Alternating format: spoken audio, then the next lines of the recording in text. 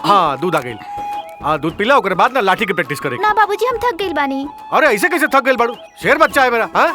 हाँ तो चौधरी जी छोड़ दी ना, थक गइल बिया, काल सीख ली। अरे तू चुप रहा ना, काल सीख ली। काल करे सो आज कर, आज करे सो अभी। दूध बाद में पी। चल बेटा। आई शाबाश। आई ले। आई शाबाश। हाँ, खड़ा हो जा। ए क्या? आई हाँ बेटा, अब ना घूम जाइए, ठीक? घूम के रुकेगा बा, है ना? हाँ ठीक बा बाबूजी।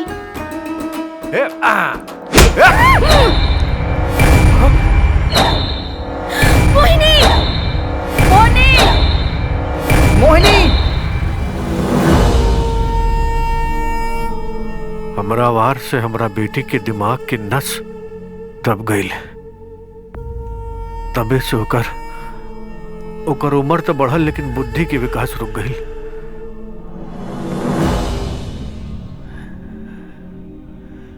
डॉक्टर सब कहलन कि मोहिनी के खुश रखिया। अगर ओके कोनो बात के टेंशन भइल या गुस्सा आइल तो ओकरा ऐसे ही दौरा पड़ी।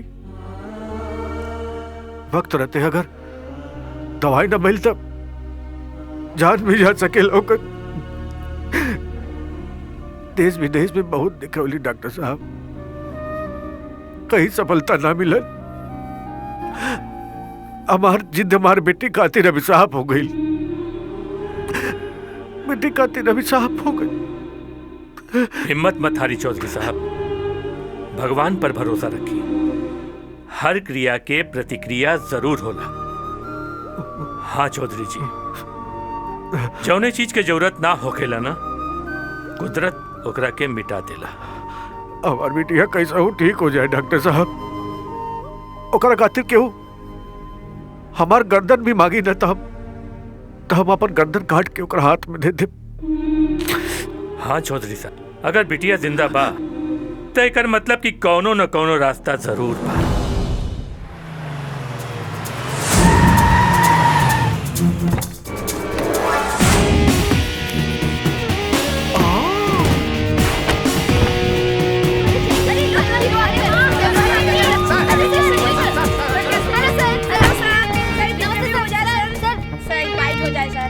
सर आप यहाँ पहली बार शूटिंग करने आए हैं, आपको कैसा लग रहा है? बहुत अच्छा लग रहा है और वैसे भी यूपी हमारी फेवरेट जगह है। सर इस फिल्म के बारे में आप कुछ बताना चाहेंगे?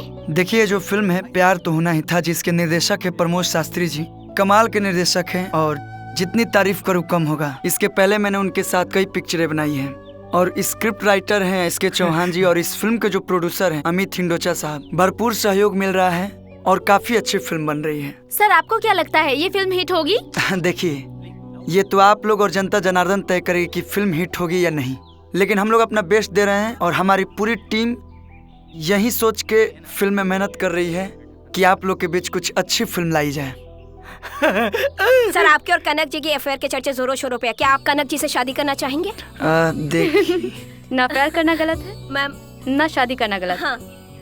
हो सकता है शादी भी कर ले, कुछ ऐसे ही समझ लीजिए।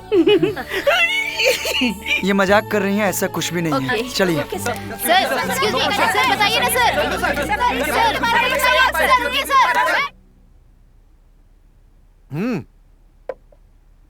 ए माँ कहा ले पकौड़ी खो। अभी हम खैले बन, तू खा। अरे तो हम तो खाते बानी तो हूँ, एक आगू ले। अरे ना हो, तू खा। अच्छा ठीक बा। मोहिनी रुक जा बेटी, काहे भागत आरू? अरे का भइल? ये चिड़ै के खोता जैसे बाल लेके घूमतिया, कंघी नहीं के करे देत का बेटी? ना हम माई से कंघी ना करवाए, वो हमार सब बाल खराब कर देली। ना हो। हाँ हम तो तोहर दुश्मने हैं। हमार नहवावल, कपड़ा पहिरावल, धोआवल, बाल बनावल तोहरा के कुछो नहीं नीक लागत। अरे चौधरी ये हमार फूल से कोमल नाजुक कांच के गुड़िया हो। तो हम कौन सा कांच के नाजुक गुड़िया के तोड़े फोड़े जाता नहीं।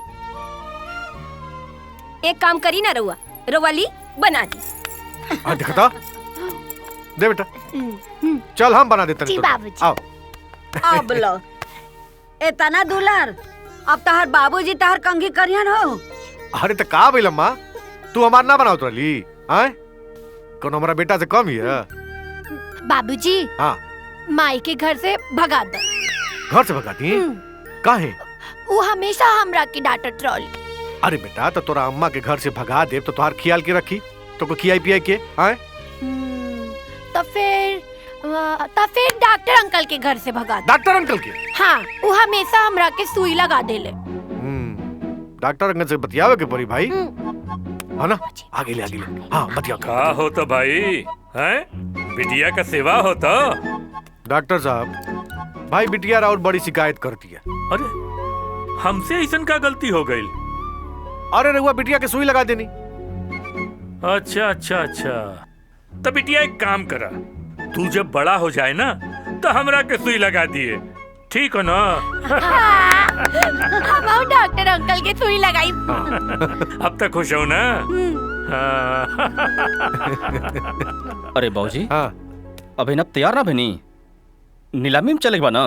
ना आज हम कहीं ना जाए, आज हम दिन भर अपना बिटिया के संगे रह। बाबूजी रउआ ना चलब करोड़ों का नुकसान हो जाई। और नीलामी में के बैठी? हमार पगड़ी और छड़ी लेके जो हमारा कुर्सी पे रख दिए, नीलामी तोरा की मिल जाए। ठीक बा बाबूजी। Bye bye. ना ना ना ना ना ना ना ना डॉक्टर साहब चाय। आराम से आराम से। माता जी चाय। जी जा जी, इली गर्मा गर्म चाय।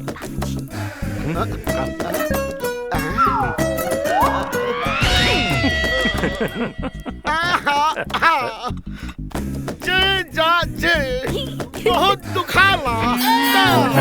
बाबूजी